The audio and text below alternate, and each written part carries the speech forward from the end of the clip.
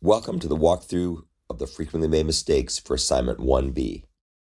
First and foremost, please make sure you comment your code consistently. It's not enough just to write a solution. You need to explain why the solution is designed the way it is and how you think it works. That helps me do a better job of giving you feedback on your code. Let's now take a look at some of the problems with the reentrantSpinLock class. First and foremost, make sure you initialize your fields properly. This field is not initialized, so of course it'll be a null pointer or a null reference, which will cause chaos and insanity to break out. Down here, make sure you remember that atomic reference is a so-called generic type, so make sure you use the right syntax here to instantiate it for thread. And there's a couple different ways you have to do that, but take a look at the documentation on Java generics to see how to do this.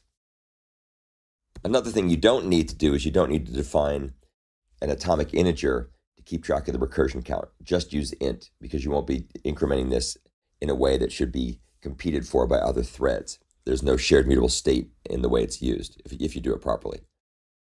Speaking of not doing things properly, here's an implementation of the try-lock method. This code is not atomic and thus will incur race conditions.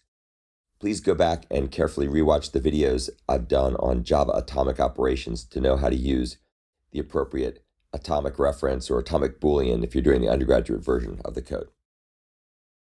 Here's another mistake with try-lock. You don't need to use a loop here. This is intended to be just a one-shot test, not a test that goes in a loop, so you need to fix that. A number of people had some problems with the lock method.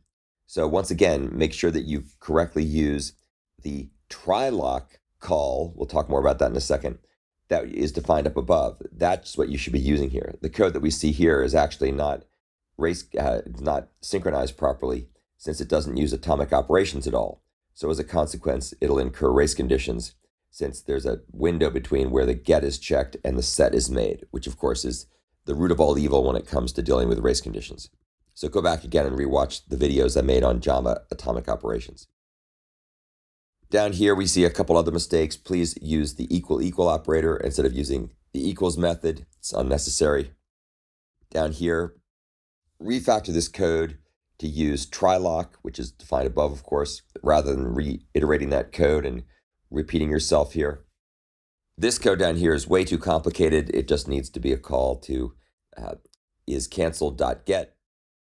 Please get in the habit of using things like hold count plus plus or plus plus hold count instead of hold count plus equal 1. That's very verbose and unnecessary. And also within the loop, please make sure you call thread.yield to allow another thread to run if it's ready to run and is runnable. Down here, if you throw exceptions, please make sure you provide a string with the appropriate indication of what's gone wrong. And again, don't use hold count minus equal 1, use hold count minus minus or minus minus hold count. Let's now turn our attention to some of the common mistakes I saw in the SpinLock HashMap manager. First, make sure you make your fields be private, not public.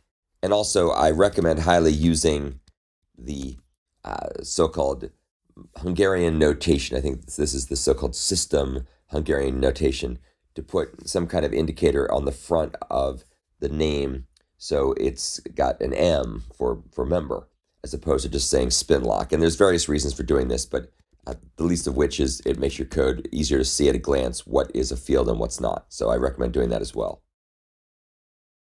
Please get in the habit of trying to use the for each methods and lambda expressions instead of using for each loops. Of course, the for each loop works, but it's better to get in the habit of using the for each method just so you get some practice with that part of Java. Down here, make sure that you initialize the semaphore with the appropriate count. It should be the count that's the number of palantiri that are configured. It's the value that's returned by get palantiri count. Hard coding it to 1 makes no sense whatsoever because, of course, it's going to depend on the number of beings that have been configured. I'm sorry, the number of palantiri that have been configured, not the number of beings. Down here, please get in the habit of doing this instead of this. There's no sense in converting this into a stream. What you want to do is get rid of having stream and map and instead having a for each here, much simpler and to the point. And that works because there's a for each method that's defined on a list, so you don't have to turn the list into a stream first. This code doesn't make any sense. You need to initialize the semaphore. Likewise, you have to initialize the cancelable lock. You don't start trying to use them before they're initialized. That'll just cause null pointer exceptions and so on. Let's get into the meat of the acquire and release methods. These are the ones that are really the secret sauce of this particular class. So first and foremost, you don't need to have is canceled run in a loop. I'm not quite sure what this is doing. Make sure you pass the appropriate value to the lock method. Don't be passing in false. Don't be passing in null. You need to pass in a method reference that can be used to check if cancellation has occurred. So take a look around and see where that's defined. This code down here is complicated, too complicated, and will also run too far. You don't need to do this kind of stuff. We'll talk in a second about a better way to do this. Likewise, using an atomic reference, this found palantiri.set, that's atomic reference, way too complicated. There's also a lot of mistakes people are making to make their code less efficient than it should be. You should not be figuring out what element has been used, what palantiri is used, and then calling put or replace to insert it into the map, because that requires rehashing the palantiri, which is pointless because you've already got the one that you need to find. So I'll talk in a second about a better way to do this.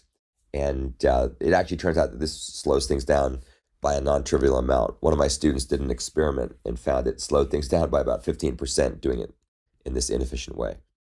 There's no need to check whether the state is not in the block state. I'm not even sure what this is trying to do, but you don't need it. So you should be just calling unlock, but also make sure that unlock is always, always, always called in the context of a finally block, which implies you need to have a try finally clause in this method so you can unlock the lock in the finally block. And also another important thing, don't call release in acquire. That defeats the whole purpose of having a semaphore. So release should be called in release, and acquire should acquire the semaphore, but not release it. Some other weird things here. That calls to try lock doesn't make any sense. This call to lock needs to have a parameter passed to it. I don't think this code will even compile. So please don't submit code that doesn't compile.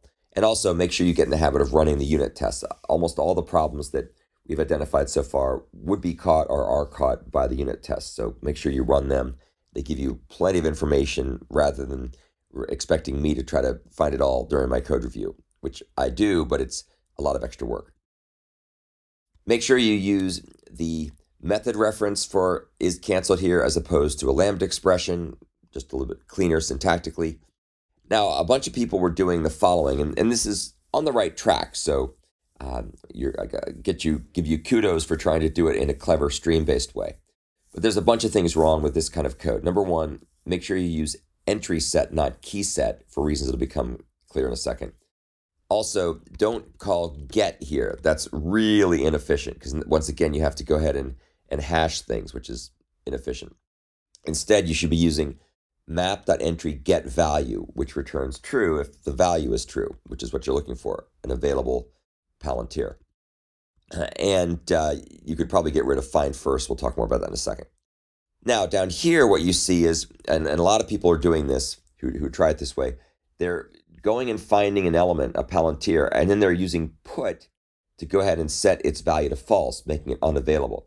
This, again, is unnecessarily inefficient. So there are two ways to do this. Either use a Java for each loop to iterate through the map's entry set, and then use get value and set value on the entry set to check for a condition where the value is true, in which case you're going to set it to false. And at that point, you don't have to do a put because you've got the entry set itself, and you can make the change directly. Or another way to do it, if you want to be more modern Java-esque, is to add a map call above the filter call above, assuming that we do a filter on entry set, not on the key set.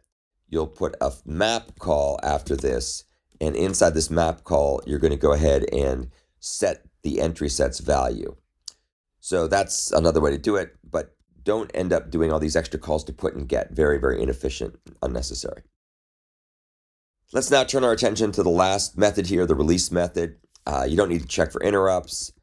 Always first check to see if the palantiri is null and bail out if so.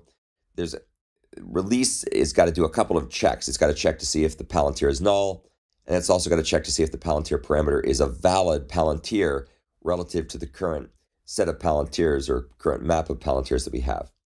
So the way we check the first is to check to see if palantir is null and then bail out. The way we check the next one is we call the put method.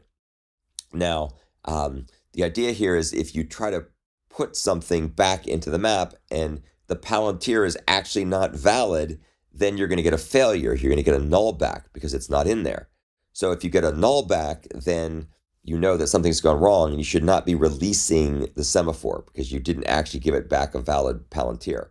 So remember, you have to check for that. You have to check to see if put or replace, if you use replace, actually succeed. And they will fail if you give it a palantir that doesn't match what's in the map. So you have to be very careful about that. We'll talk more about it later.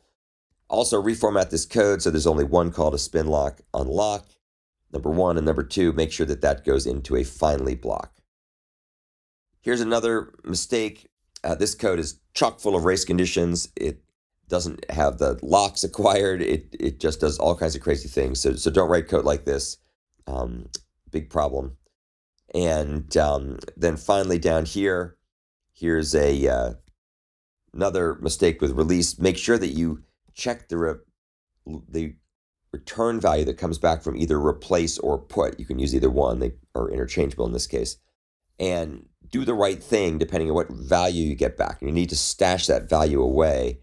And the reason you want to do that is that way, if the value comes back as null, you won't try to release the semaphore. Whereas if the value comes back as non-null, then you know that put or replace succeeded, and then you can go ahead and call release.